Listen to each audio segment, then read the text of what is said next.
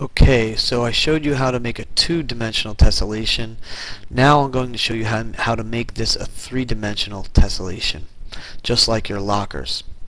The first thing you'd want to do is, I would like to do this on a separate page, so what I'm going to do is first highlight all of these shapes and make it one group. I'm going to do that by dropping down this menu, going to the group, and now I have one object. The reason for that is that I can easily copy that object and then paste it onto a new page.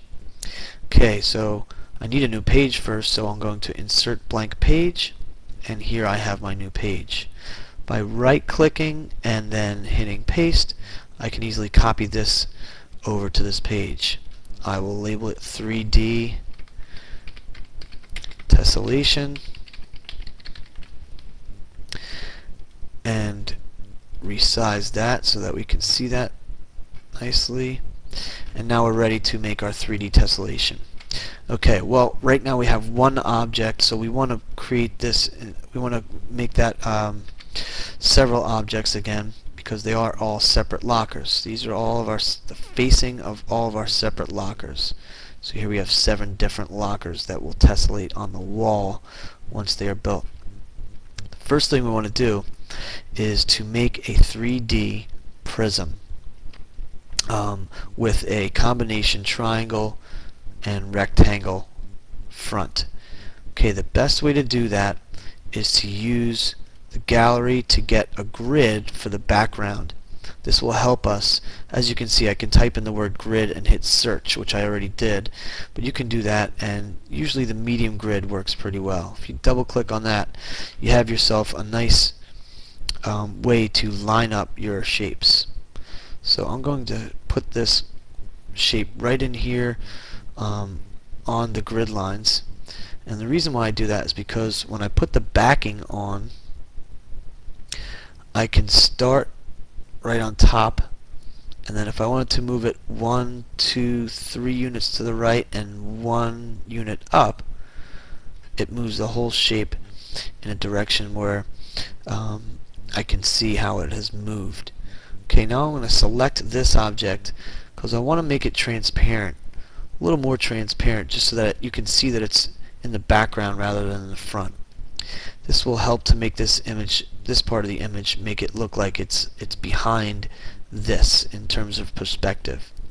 So we have 2 identical opposite bases. One's in the front and this would be in the back. And to make any prism, all you have to do is create rectangles that connect the 2 opposite congruent bases. So I can go to each point and connect lines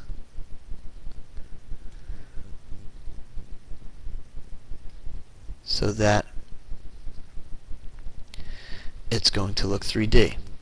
Now, it kind of looks 3D right now, but if you hit the select key, what I can do is click on the original front of locker image, which is this one, and I want to order that so that it comes to the front. And that will take away all of the background lines. So this is the way it would look in real life. All the lines that you can't see because it's being blocked by the front of the door are kind of hidden now. So that really makes it realistic. That's a great feature here. So now here's my 3D object. What I'll do is click, hold, and drag and put all of those lines and shapes together. I will use Control G, and now I have a 3D object. We no longer need these 2-dimensional objects because we can very simply clone this one. Control D again, clones.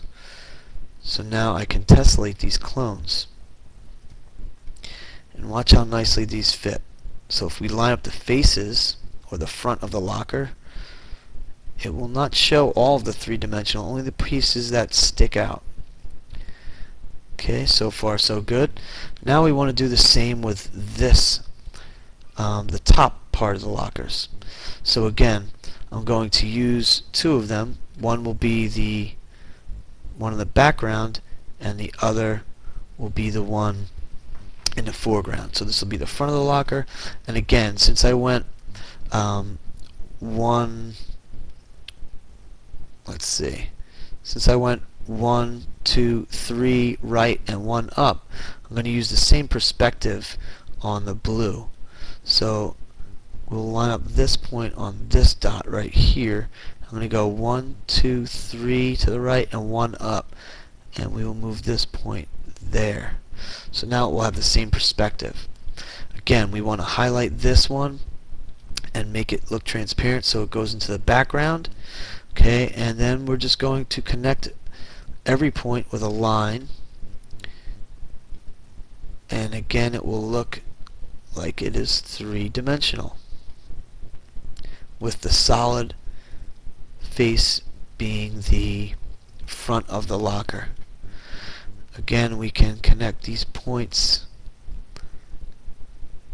so that first they will be shown, but we can hide that by highlighting the blue front of the locker and ordering it to the front so that it hides everything that is in the background. Click, hold, and drag all of the objects here.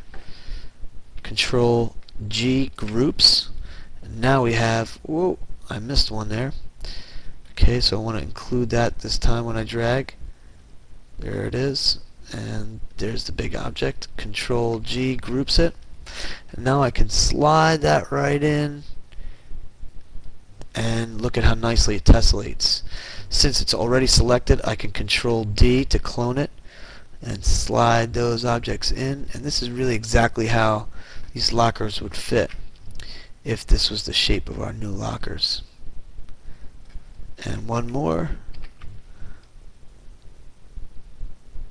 and there you have it, three-dimensional tessellation with Smart Notebook.